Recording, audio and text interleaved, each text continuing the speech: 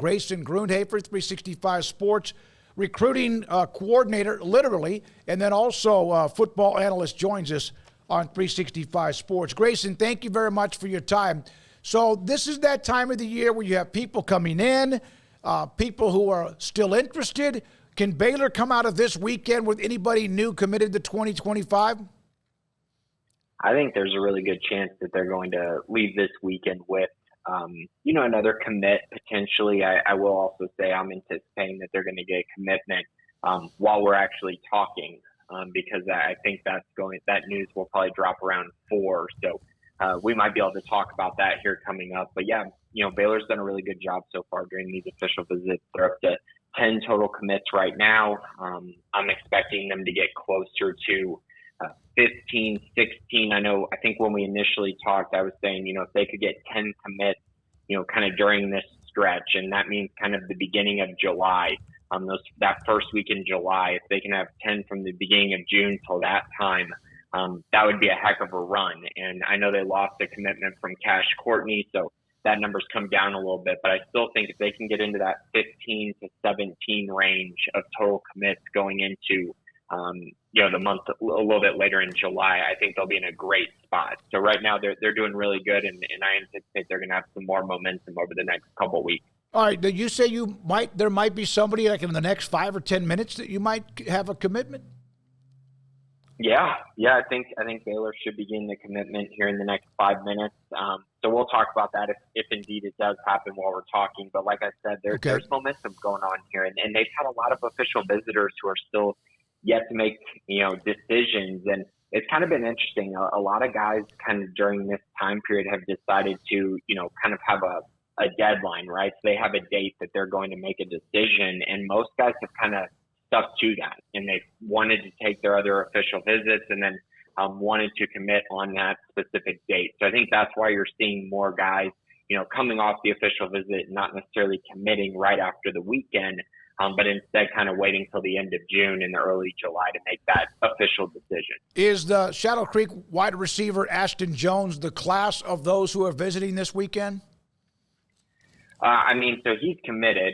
So he's definitely, I think, the one that, a lot of people are going to be, talking about, because he is actually the longest commit in the class now, because they've had so much, kind of movement there. But I would say, they got a couple of really interesting guys. They have 3 offensive linemen who are visiting, and that's an area where they're just completely depleted right now as far as in this class. They don't have a single commit on the offensive line. Big reason for that is, over the past 6 months, they've had 3 offensive line coaches. So they've really had to kind of revamp things there. So that's been a focus. But I think if you're kind of looking for the headliner, I'd probably say that that's probably Dekaney wide receiver Tanu Kynes. He's a national 4-star recruit. Took official visits to Texas, Notre Dame, USC, and now Baylor. I think that's pretty much his top 4.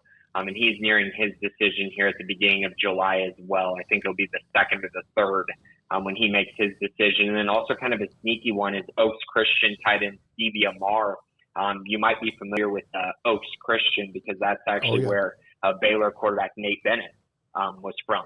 So they were teammates last year when Stevie Amar kind of had his breakout season, and then Baylor kind of went back to the well and offered him in the spring and have been recruiting him as the tight end for this class. They really want him to be that guy.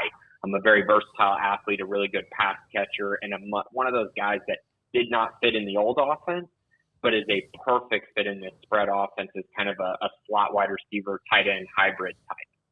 All right, I saw where Demetrius Dean of Jasper is on this weekend. I still believe being a part of the visit this weekend. He's committed to the University of Houston. Now, Grayson, I know that any fan base remembers those who got away that were committed to them, and there's always going to be that. And Baylor has their fair share, maybe in some cases quite a bit. How often do they ever flip somebody else? Yeah, it happens.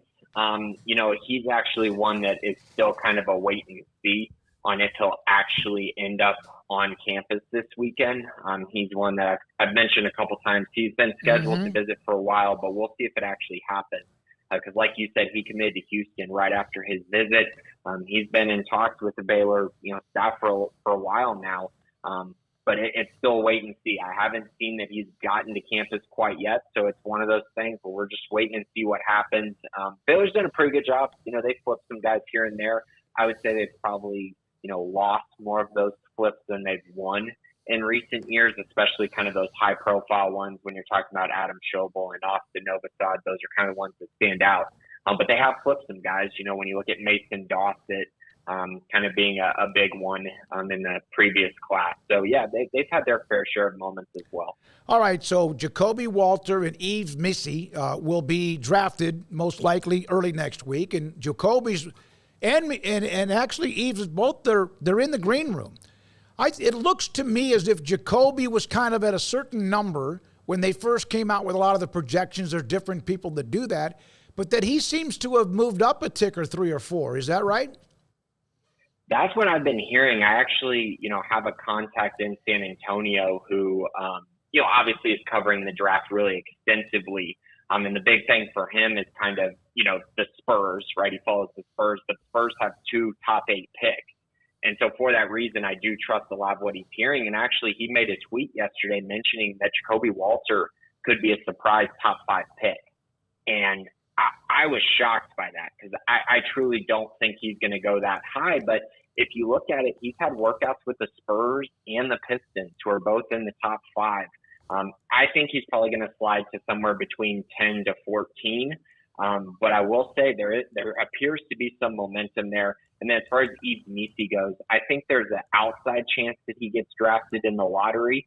It's possible, especially after what, Derek Lively just did for the Mavs and how a guy like that can change things for you. But I kind of think he'll probably be drafted more so in the late teens, maybe early 20s. I just got a note because you're the one that puts this out about a commitment. Do you want to go ahead and give us that information? Yeah. So Byron Nelson, cornerback Leo Almanza, 3-star prospect actually in the 2025 class. He did just commit. He was the guy that I was kind of alluding to that was going to make his decision here at 4. Really good prospect, a cornerback prospect, the first one to commit for Baylor in this class at that position. We know the success that Kevin Curtis has had developing that position. When you look at guys like Caden Jenkins and Carl Williams, how good they did as true freshmen. And now, turning the table here to this class, and Leo Almanza was the Texas 4-6A Utility Player of the Year. He had 4 interceptions on defense, but then he also had 518 yards and 9 touchdowns on offense. So he's the kind of player that really, really fits what they're looking for as a guy who's actually a playmaker at the cornerback position. And so, yeah, it's a really nice fit, and it's a head-to-head win for Baylor over Kansas State, Utah, and Houston. What were your thoughts about the Bob Simpson gift, the $10 million? It's mainly men's basketball, which I think he's been doing some of that. But also Mitch Thompson is going to join us today at 5:30, getting some of that. It looks like some of that money, too, with NIL and baseball.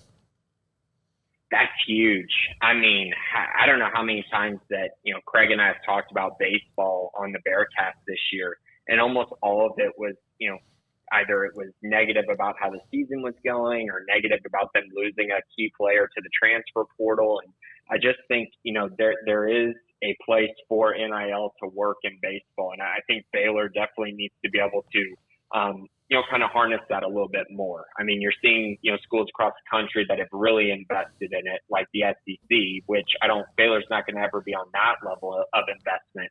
But I do think they can invest enough to where they can keep their own and still go out and bring in some talented players to try to turn that program around. Because, it's been a really, really rough past 2 years for that program, and they definitely need to turn the tide a little bit, and hopefully this gives them some momentum going into next year. Yep, I think so. We'll hear from Mitch at 5:30. I know it's got to be a relief for him. And I said this earlier, Grayson, that, Bob Thompson kind of went into the background after the controversy in 2016 with the coaching change with Art and all that, because he was a huge friend and also a supporter of Art Briles. And I thought that when he disappeared, you wondered when he would come back. And he's one of the founders of that stadium, McLean Stadium. But it's nice to see him that he's not completely gone. I think he's been doing some things with men's basketball. I asked if we could get him on. We haven't yet, but I think that's also good to see him getting himself back together. Not football, but at least doing something with a couple of sports. Yeah, definitely. I mean, anytime you're able to get donors, to reinvest into the program and really make it a priority, it's huge. I mean, that's simply put, that's how you're going to get to the point where you are your most successful, is when all of your alumni are completely bought into the program. And nowadays it's more important than ever to, do so with the resources that you're able to, because it's all about trying to keep up with, the other top schools in the country and try to close the gap money-wise, because frankly, that does seem to be what it's all about now. Thank you very much, Grayson. Have a great weekend. Grayson Grundhoefer, Sic'Em365.com.